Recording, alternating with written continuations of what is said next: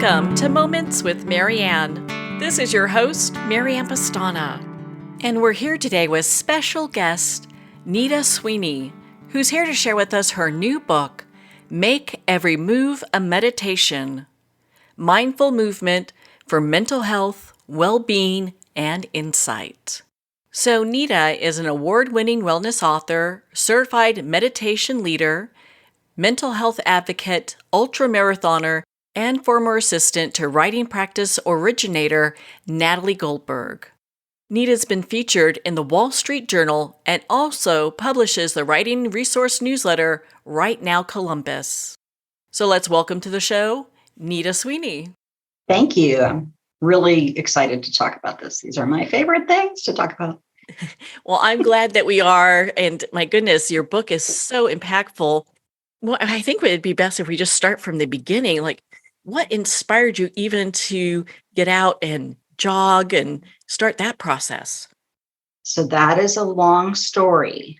And I wrote a book about it called Depression Hates a Moving Target. The short answer is I was very, very depressed due to a chronic mental health condition, but also some life circumstances. And I had just sort of stopped doing a lot of the tools that I knew worked. But I saw a social media post of a high school friend, and she said, call me crazy, but this running is getting to be fun. And I thought we probably should do a wellness check on her, because the idea of the words run and fun in the same sentence made no sense to me. But I watched her. And she seemed to be enjoying herself, and she seemed to be changing her life in a positive way. And my life was not going well. Emotionally, not going well at all. So eventually I leashed up our dog and went down to a hidden ravine near my house. And I set that digital timer that I took with me for 60 seconds, because that's the plan she was following. And in the kind of secret space there, I jogged for 60 seconds. And I did, I think, 20 minutes total of jogging and walking intervals. And gradually, as I continued to follow that plan, I realized that inside myself, I was starting to feel better, and things happened. So it was kind of an accident. I didn't mean to start running, but it took. It totally took. And yeah. So here we are. Well, thank you for sharing that. I know the story is much more in depth, and your other book is, I'm sure, very amazing. I've been looking at that as well. So when you decided that, okay, so I'm going to incorporate movement into meditation, how did that come to be? Well, I'd actually been meditating for a very long time. That's one of my primary mental health tools. But I hadn't, we did walking meditation and retreats, but I hadn't consciously thought about movement as meditation. But when I started running, it didn't take long for me to realize, oh, I can meditate while I'm doing this. I can choose a sound or a scent or a visual object of meditation. I can choose body sensations, anything from pleasure, pain, all the things you get when you move, and use those as my object of meditation. And then I knew the other principles, which is, the concentration of gently bringing your mind back, equanimity, having a balanced mind about whatever's happening. And that has helped a lot with running, because some days it doesn't go well. And what do? Are you just going to give up? There's a lot of ways to deal with that. But with meditation, we learn how to let whatever's happening be and continue regardless. And so it just seemed like it was a perfect fit. In fact, I was probably doing it without really consciously thinking, oh, I'm meditating while I run, because it was a tool that was already in my toolkit.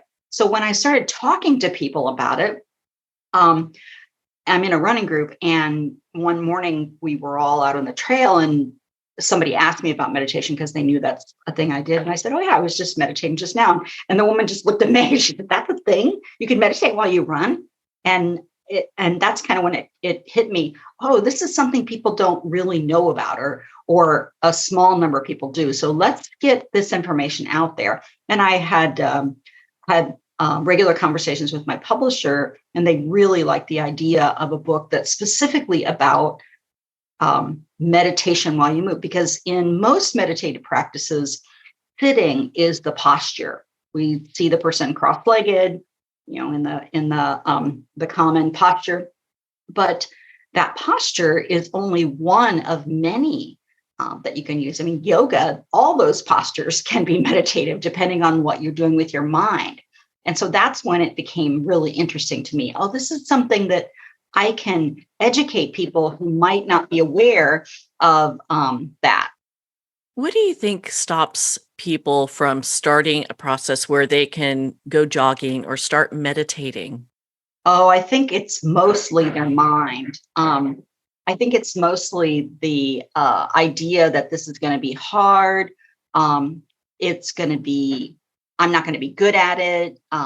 Somebody else might be mine was people will laugh at me. So it's also kind of individual because we have different personality types.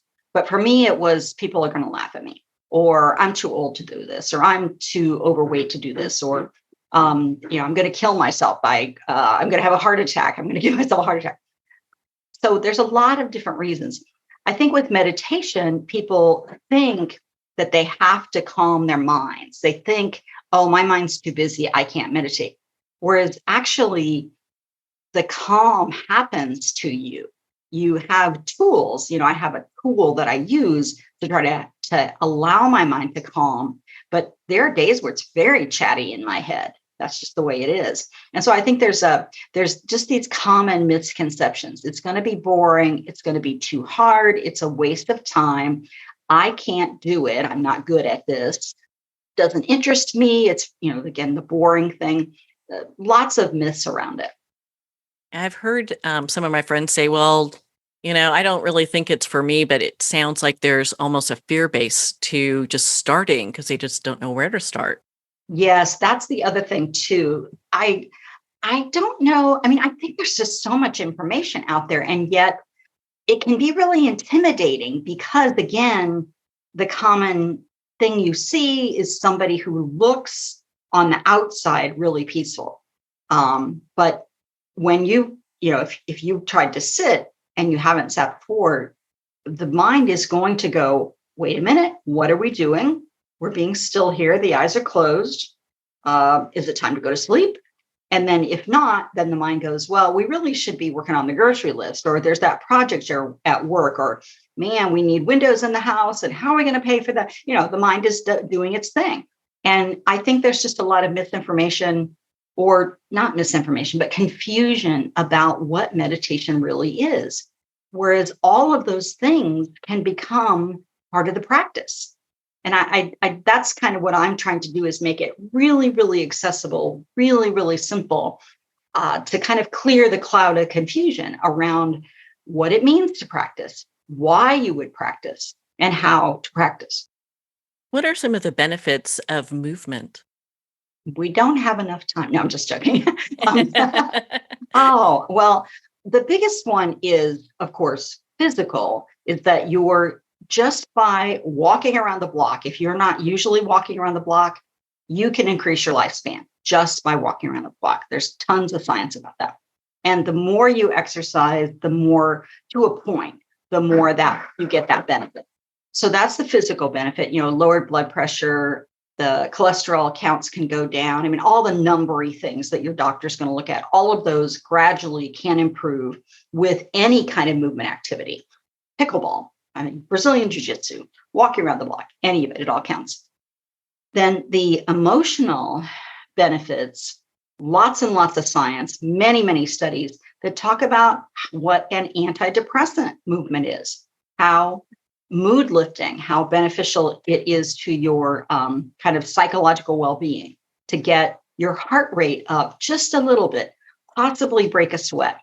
Those things boost, the serotonin levels, dopamine, all of those things that makes us feel emotionally better. Again, lots of science behind that.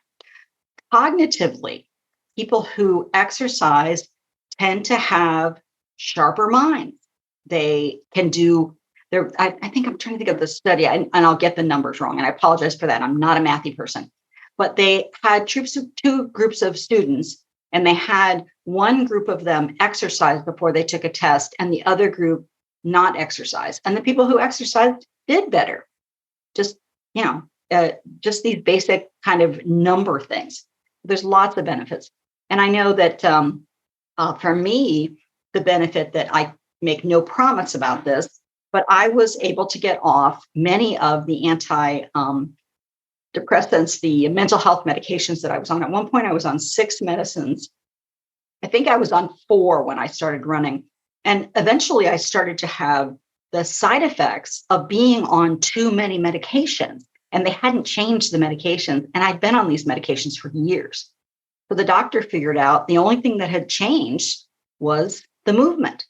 I had done a little bit with nutrition, which is also important, but that's not my thing to talk about. That's not my area of expertise. So we just had to adjust the doses. And eventually I got down to just one mental health medicine that I take daily now, and a very small dose. So again, that is not going to be everybody. But for me, it was huge because the side effects of some of those medicines were very debilitating. Thank you for sharing that. I think a lot of people, especially now, because we're kind of in this epidemic of depression, anxiety, stress, loneliness, and you name it, where people are feeling like they're disconnected and are having to take medications. So to have and not say it's an alternative, but have something that can help improve their life and their mental state while we're doing it, hey, why not, It's always worth a try. I mean, that's the thing. It's always worth a try. So let's say someone, brand new to jogging, they have never jogged in their life. This is going to be the first time they're going to do it. So how do they really start with that? I know you talked about, taking the dog out and doing it for 60 seconds. Why was it the 60 seconds? Because it seemed doable. If somebody told me I had to go run a mile, I would have said, oh, forget it. Let's just have some more bonbons. But that increment of just 60 seconds.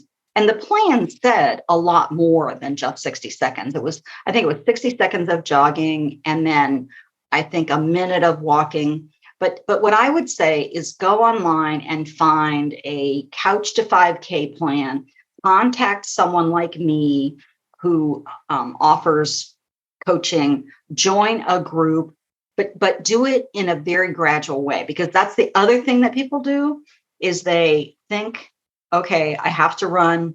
I'm going to go out my front door and I'm going to run a mile. And they sprint. They don't actually jog. They sprint. And you don't have to go fast. In fact, if you run slowly, you're as training, then on, let's say if you sign up for a race, you tend to do better on race day if you train more slowly. So for those that are new to jogging, they start taking this up, how do they start incorporating the meditation aspect of this? Well, that's another interesting question, because for me, they went so hand in hand that I have to pull them apart. So with meditation, there are a number of components. And the first one is choosing, how long am I going to do this? And I recommend a tiny interval. So maybe 5 minutes, maybe 2 minutes. And again, set a timer so that you don't have to look at your watch. And you might start with sitting because you don't have to think about the movement part. But so let's say you start with sitting. We use the breath often in introducing meditation because everyone breathes. So you can't say, oh, I don't breathe, I can't meditate. And so you just bring your attention to the place in your body where your breath is most noticeable. For some people, that's the chest. For some people, it's the abdomen. Other people breathe through their nose or their mouth. So just being still, noticing, where do I naturally feel myself breathing?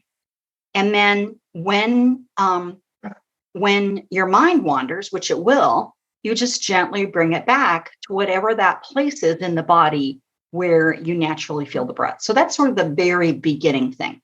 And so there's the kind of the time period, and then a point of focus. We call it an object of meditation, but a place to kind of put your mind, to anchor your mind. And then there's the distraction, which is normal. The wandering mind is normal. The mind's job is to think thoughts. normalizing that. When the mind wanders and you remember, oh, I was meditating, gently bringing the mind back to that object of meditation until the timer goes off. So that's how we started with the meditation.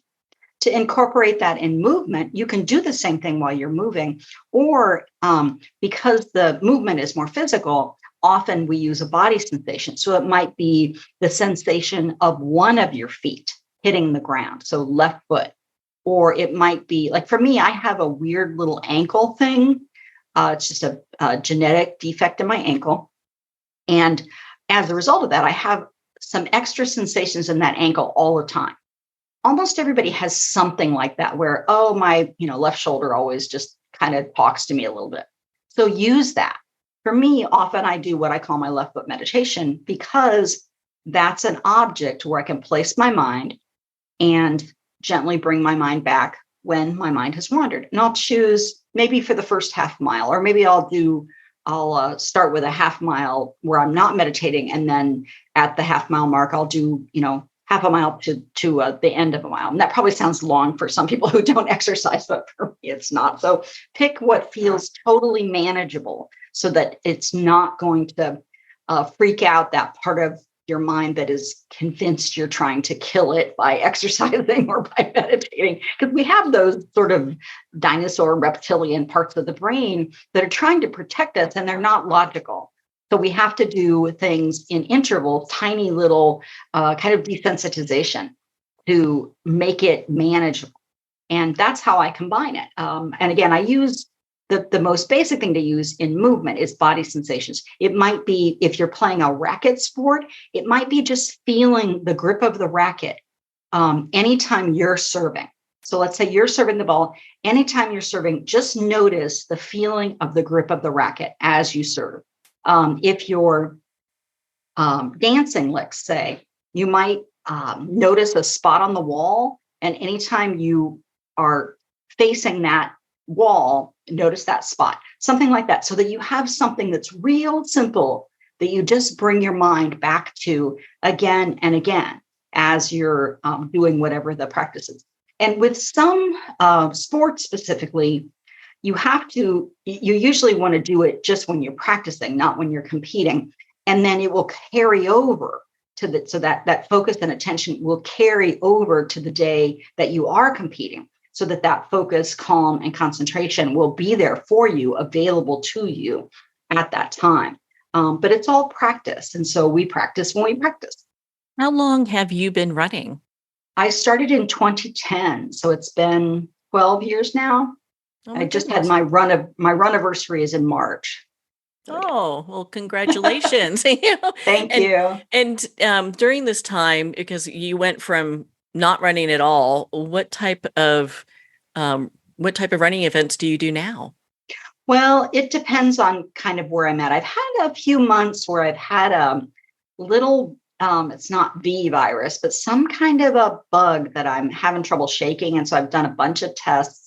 But normally I would be doing half marathons right now, and then I would be training for an ultra marathon, a 50K. That's the shortest ultra marathon distance. Usually in June every year, I've been doing this ultra marathon. But by now I would have done at least one or possibly two ultra marathons this year. But I'm going to be doing a 4-miler on Sunday, and that's fine. I'm moving. I'm upright, able to take nourishment and moving, and that's what really counts.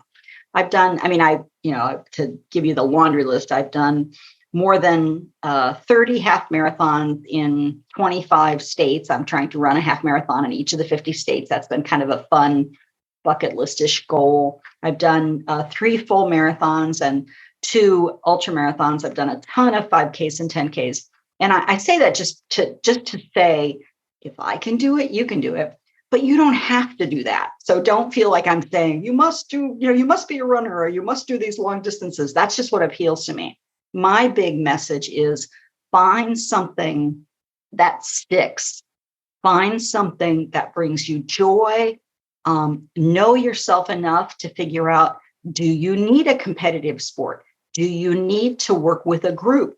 Are you a solo type person? Do you want something that's quiet? Do you want something that's noisy? Those kinds of things, because that's also important. Because if you're doing something you don't love, you'll quit. You won't do it. do it for very long. And it's so important to find that thing that brings you a heart joy in addition to all those other benefits we talked about. I was so impressed in your book, and my goodness, I mean, your writing's just amazing, and I think it's so inspiring for many people who want to maybe make really big changes in their lives, starting small. Yes, that Atomic Habits, we've heard that book. And I've been saying that for years, that tiny changes, just little tiny changes. So my suggestion, I do coach people, and one of the things I suggest is to choose goals so small that you can't fail. So if you have never run, maybe pick a 5K that is a charity that you love, that supports a charity you love, and make it 6 months from now. Don't pick one that's next weekend. And then start tiny so that goal is broken down into these little bitty steps where you're just running around the block, or you're just running down the street and back, as opposed to something huge. And I just think that that especially right now, at this time in the world, this time in history, overwhelm is a huge issue for almost everybody. People are overwhelmed just by existing. And fitness or movement, I don't even like to call it fitness, but movement, I want it to bring you joy. I want it to be a reprieve from the rest of life. And the same thing with meditation. It's funny because with meditation, one of the common myths is that you use meditation to escape from things, when in fact, the way I practice meditation and the way I teach it, you escape into the thing. So you become so fully present with the movement that you're doing that the rest of the world disappears. There's just the movement. You're just so in it. And that's a reprieve. And you can come away tired from movement, but refreshed, emotionally refreshed, mentally refreshed, and physically refreshed ultimately. So yeah, I really encourage these tiny little steps that make it easy for yourself. Life is tough. Life is really tough right now. And so do it where you can and how you can, and in a way that brings you joy. Yeah, I would agree with you on that. And my goodness, what a great way to start making little bits of change, because everyone can pretty much run for 30 or 60 seconds. That's when I saw that training plan, because I didn't, when I saw my friend's social media post, I didn't know what plan she was using. And it took me a little while of watching her to realize, oh, there's an actual plan. And I looked it up, and that's the first thing it said was 60 seconds of jogging. And I swear, if it had said 60 seconds of running, I might not have done it. Or even if it had said a minute, which 60 seconds and a minute are the same thing. I know that. But there was something about that 60 seconds that just seemed doable. Even in my very depressed, I was grief-stricken. It had been a horrible couple of years. And even in that state, there was this tiny glimmer of hope that the 60 seconds might be doable. And I didn't think, oh, that's going to change my life. Actually, it did. But I just felt like I needed something. Something had to be different. And that, people can't. It's funny because I get a lot of calls from people who say, oh, my mother needs to read your books, or my daughter should read this, or oh, I have this friend, and that's wonderful. And give them the book, buy it, give them, I'll sign it for them, all that. But ultimately, you can't give that to someone else. No one could give me the impetus to pick up that digital timer. It had to come inside me.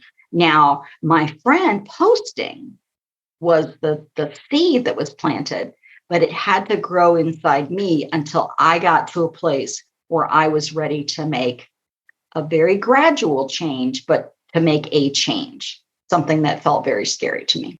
When people purchase your book, do you encourage them to start a writing practice and maybe invite their family member or their friends to go with them?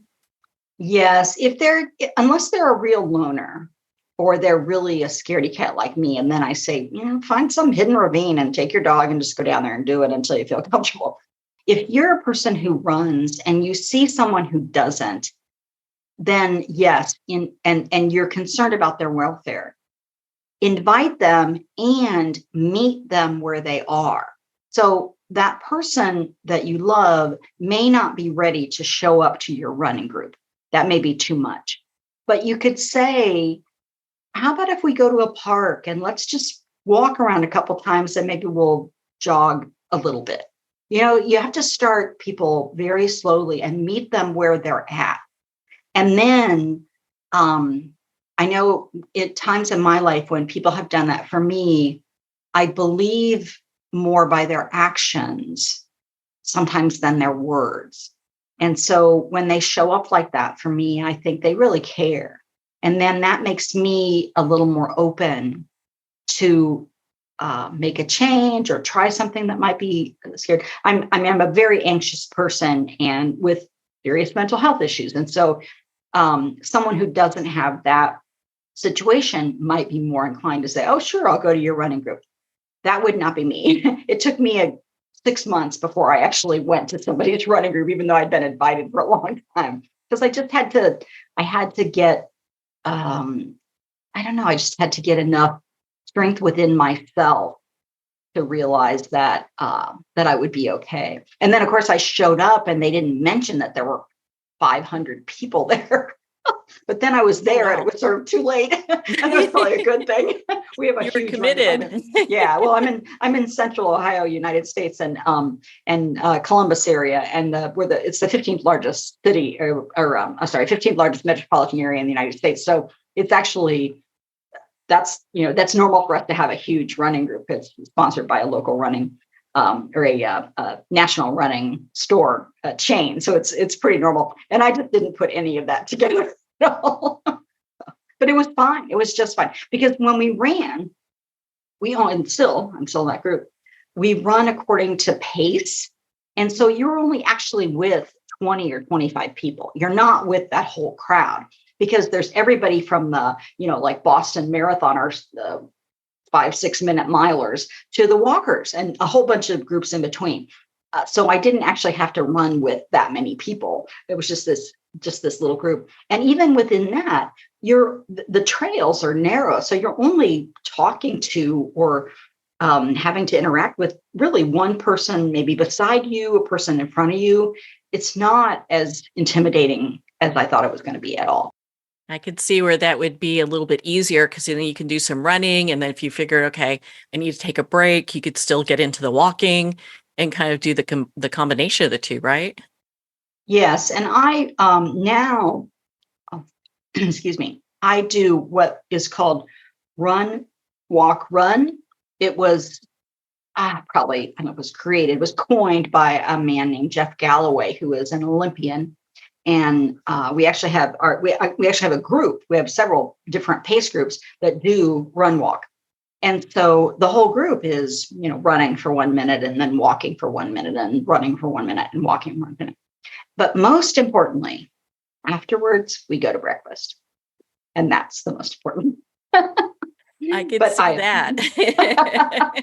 But I think that that's the thing is that if you're not familiar with the running community at all, you may think, you just see the New York Marathon or the Boston Marathon or something like that, and you don't realize that there are groups for everything. There just really are. And even if there's not a group locally where you live, there are online groups that then check in with each other. So I'm a part of this amazing group called Still I Run, Runners for Mental Health Awareness.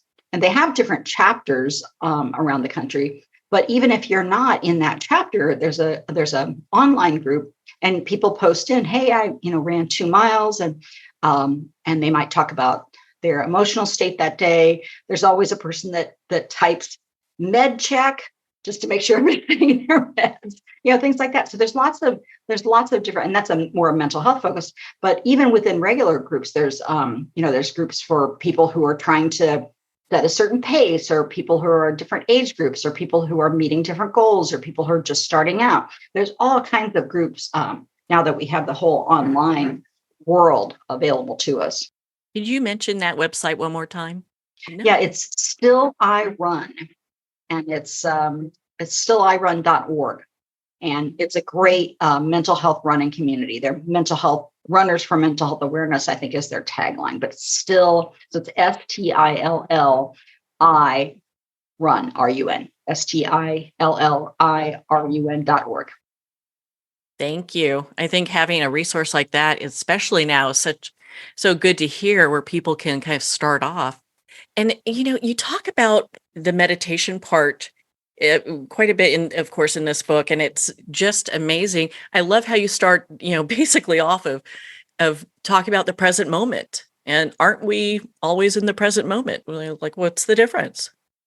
Yeah, that's sort of it's kind of a duh thing sometimes, because there really is nothing else. And we spend mentally so much time in the past and the future, whereas really there is only this moment. And so that's the practice of meditation, is for a particular interval of time during the day, is to just bring your awareness to where your body is, bring your mind where your body is, and over and over and over again, so that you learn how to do that on a more regular basis.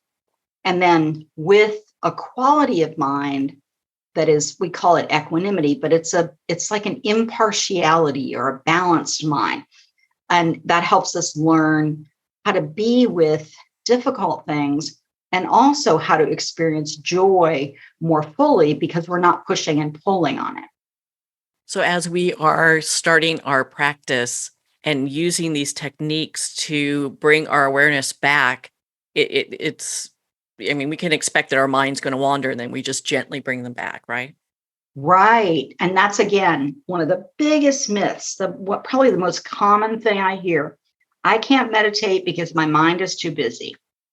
And of course, you're a smart person. Your mind likes to work. So what we do is we create an environment to help the mind slow the thoughts, slow on their own. We pick that object of meditation, often starting with the breath, just because that's a common denominator, and the mind will wander, and we remember, oh, that's right, I'm meditating. And as opposed to in fact, this might happen where the negative voice will come up and it'll say, see, I can't meditate. My mind just wandered. I couldn't even remember I was meditating. So dropping those thoughts, noticing them, dropping them, and very gently bringing our attention back to the breath or whatever we've chosen. And then again, the mind will wander. We're off on the grocery list. We're off on the, sidewalk that's cracked that needs replaced, whatever it is. Oh, that's right, I'm meditating. Gently bringing it back. And the analogy I use in Make Every Move a Meditation is about training a puppy. So if you ever trained a puppy to walk on the leash, they're all over the place. They're sniffing, they're pulling, they don't know what they're doing. And you wouldn't yell at the puppy or kick the puppy or yank it off its feet. You just very gently guide the puppy in a very loving way. This is a creature you love. Guide it back to where you want it. And then you keep walking, and the puppy wanders off, or it stops, and you guide it again. And the puppy finds something else interesting, and you guide it again and again, back and back, with this very gentle attitude that most of us don't know how to do. We have been steeped in the punishment as motivation school of thought. And I don't know how to say it. We're just not used to loving ourselves in this way. And so that part gets a little foreign to people also. Well, I think that's such a great practice. And I love the analogy because it lets us cultivate some self-love and self-care for ourselves. Yes. And it's so much more effective than the critical mind. And what happens is then in the rest of your life, you'll start noticing the critical mind too, and thinking, if I'm, instead of yelling at myself or forgetting the laundry, how about if I just get the laundry? It's like drops the story. And we learn that more it's an impartial attitude, whereas, or kind of a matter of fact attitude, even more than impartial. Just, oh, that's right. I just forgot the laundry. Okay, well, we'll go get the laundry now. Or if it needs to be rewashed, we'll rewash it. And things are no longer this big deal, this big drama. And so much of that depends on how you were raised and your personality as to whether you're the kind of person that naturally does berate yourself that way. But I think a lot of us have that tendency. And I know that there is a culture within, especially the productivity culture, where sometimes that can be helpful for getting things done. But long term, it is not. And in meditation, it is not considered helpful. It's not considered skillful. That's the word they use. So we're looking for skillful means, skillful ways to train our mind to stay where we put it. Do really deep emotions tend to rise when we're doing this practice? It depends. Sometimes, yes. Sometimes you can actually feel I don't know, just these waves of emotion that have been underneath things and they become, uncovered.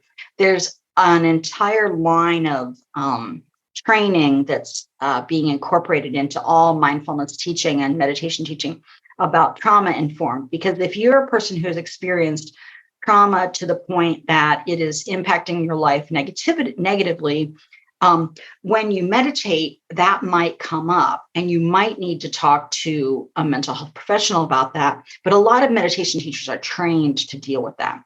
So it's perfectly normal for huge waves of anger, huge waves of sadness, huge waves of joy, ecstasy even, to arise because we're dropping everything that was in the road. All of the smoke screens, all of the distractions drop away. When you're just focused on one thing, you're fully present, and you've dropped the emotional kind of static around it. And you have this equanimity where it's just a kind of a balanced mind.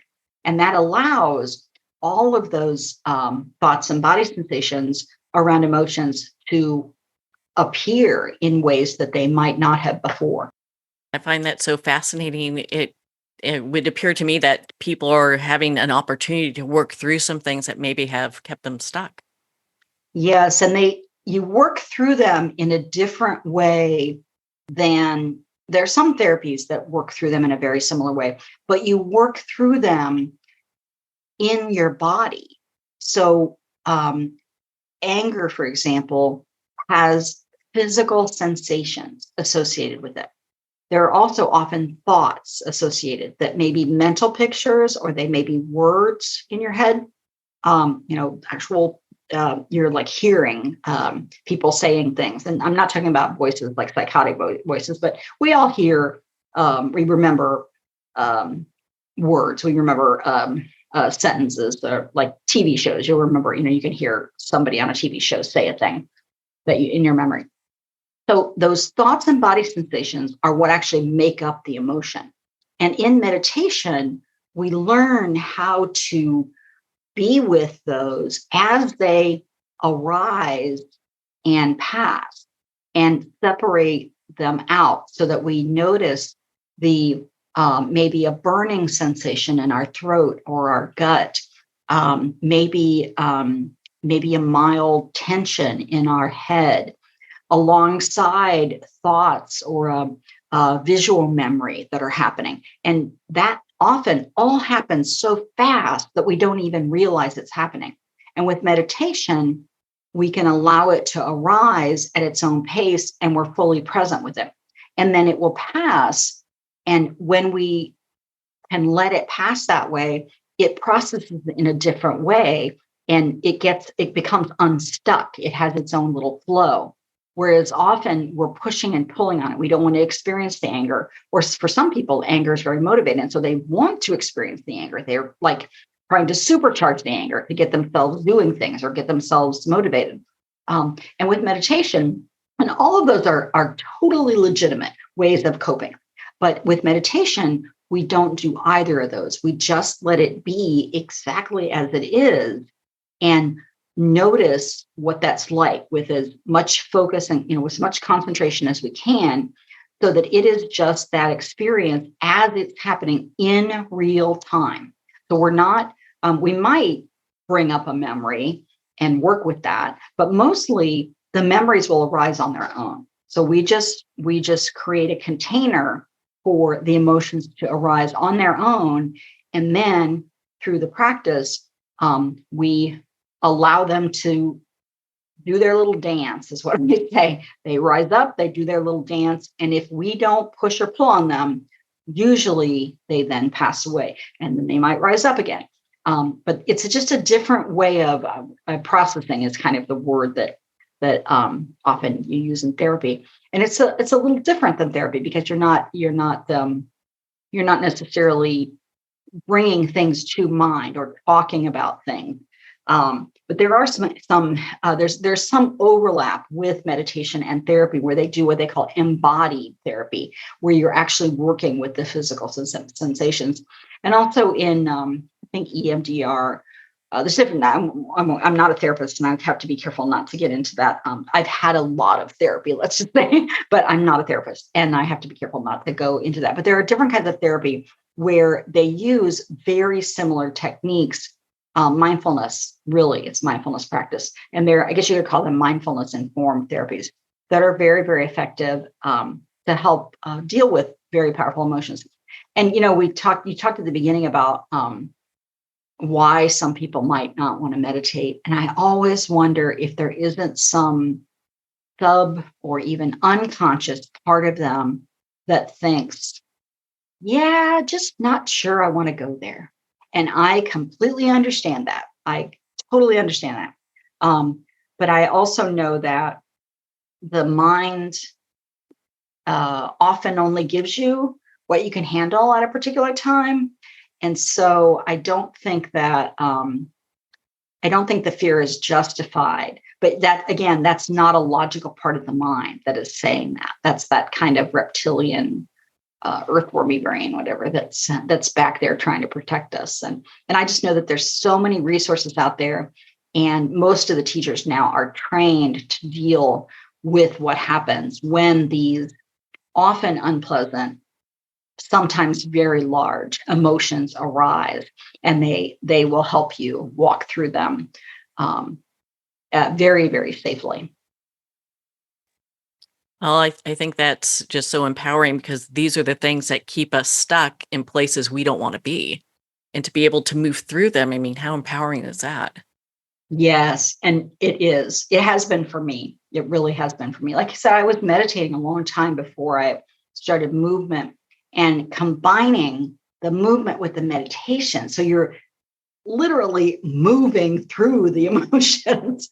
I didn't write about that as much in this book as I might have, but there's definitely something to that about just the physical sensation of being with an emotion, and also being moving. It's very, very powerful. Now, this is probably like a chicken or the egg kind of thing, so should we look at starting the practice of movement first and then incorporate meditation, or meditation first and incorporate movement? What would you say would be a good way to go? I would probably, if you have to choose, if you absolutely have to choose, I would move first, because you're going to get, well, they both have, the benefits actually overlap, but I would move first, because I think that's that unstuck place, that physical part of taking the body somewhere, even if it's pickleball. And pickleball is wonderful, but it's not, I'm not saying like in running, you actually go someplace, but that movement of the body often can short circuit that part of the brain that's telling you can't do something. And that will make it a little bit easier when you start meditating. So I probably would be move first, but meditate very quickly after. Do the one that most appeals to you, because you're more likely to continue doing it.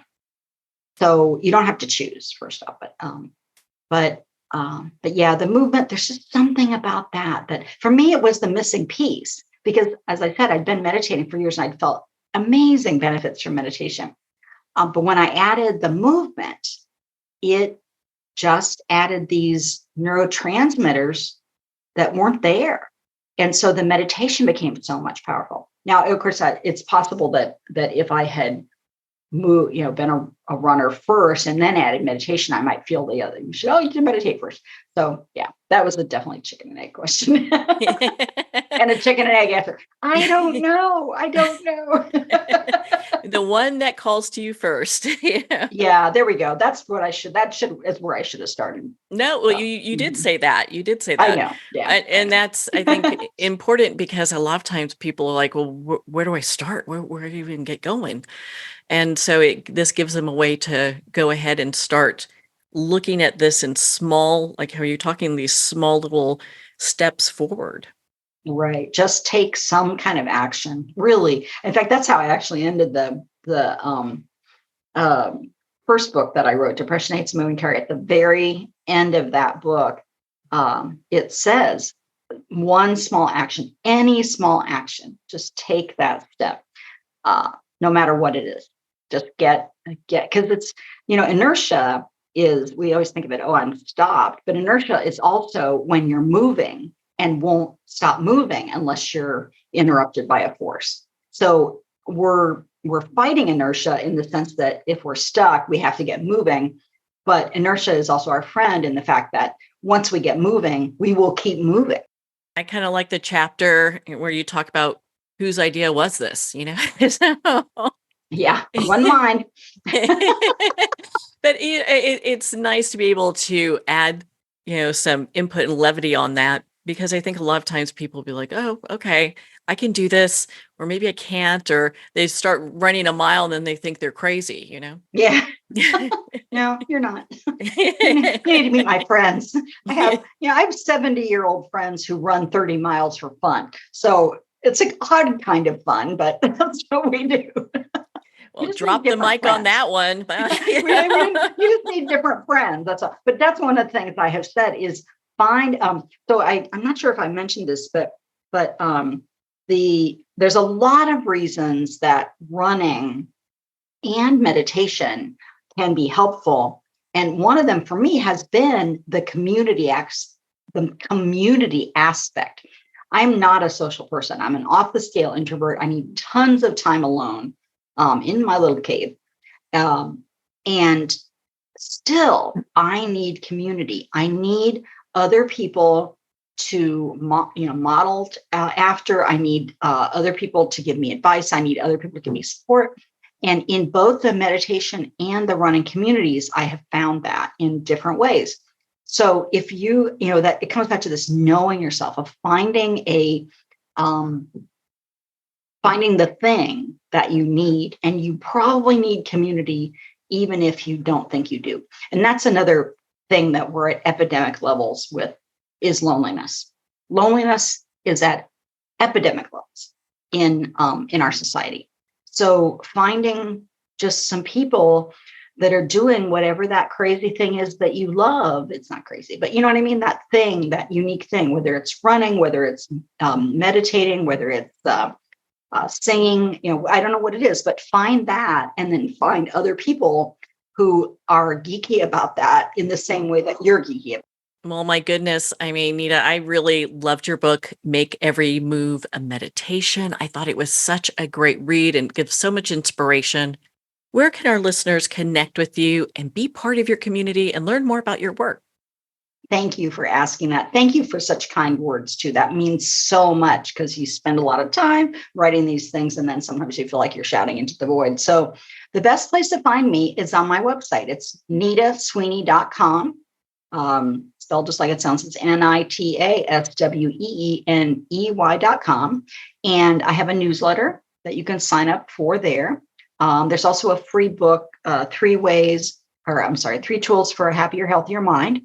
That will also, you'll also end up on the website. And there's some other freebies if you do the little drop down lists. There's some other freebies, all of which you'll also end up on my newsletter.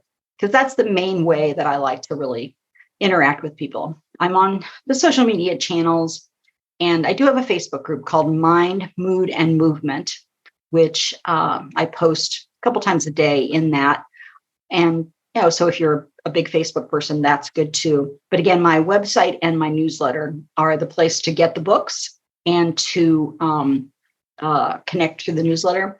And my editor always likes me to say that my books are available wherever fine books are sold. So, if you are a Barnes & Noble person, if you're an Amazon person, whatever, they're all on audio. Well, actually, 2 of the 3 are on audio also, and ebooks, of course. So yeah, it's all out there. And if you have any questions, I have a contact form.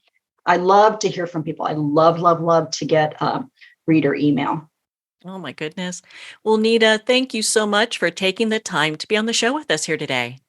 Thank you for the great questions. This has been a fun conversation. I've really enjoyed it. So thank you again for inviting me.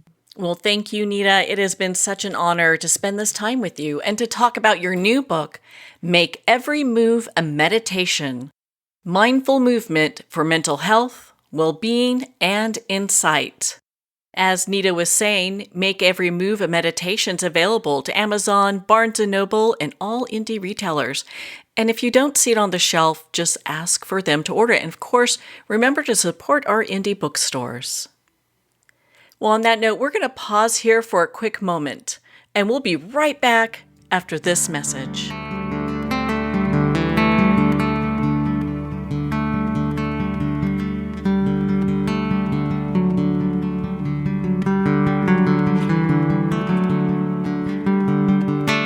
I'd like to thank Jason Eastwood at Guitarfulness for sharing his inspiring music and talent with us. His music is known worldwide for cultivating atmospheres of harmony, inner peace, and clarity. Visit Jason's website at guitarfulness.com. Join his newsletter, be part of his community, and download his music.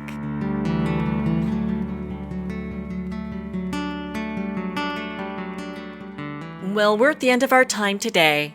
I'd like to thank everyone for tuning in.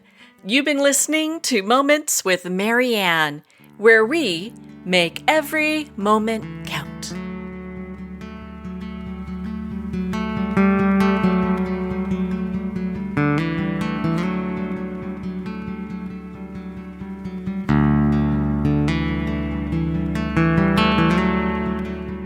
In a single moment, your life can change. Moments with Marianne is a transformative hour that covers an endless array of topics with the best of the best. Her guests are leaders in their fields, ranging from inspirational authors, top industry leaders, and business and spiritual entrepreneurs. Each guest is gifted and a true visionary, a recognized leader in her own work, and while teaching others to develop, refocus, and grow, Marianne will bring the best guest and sometimes a special surprise. Don't miss this. You never know just which moment will change your life forever.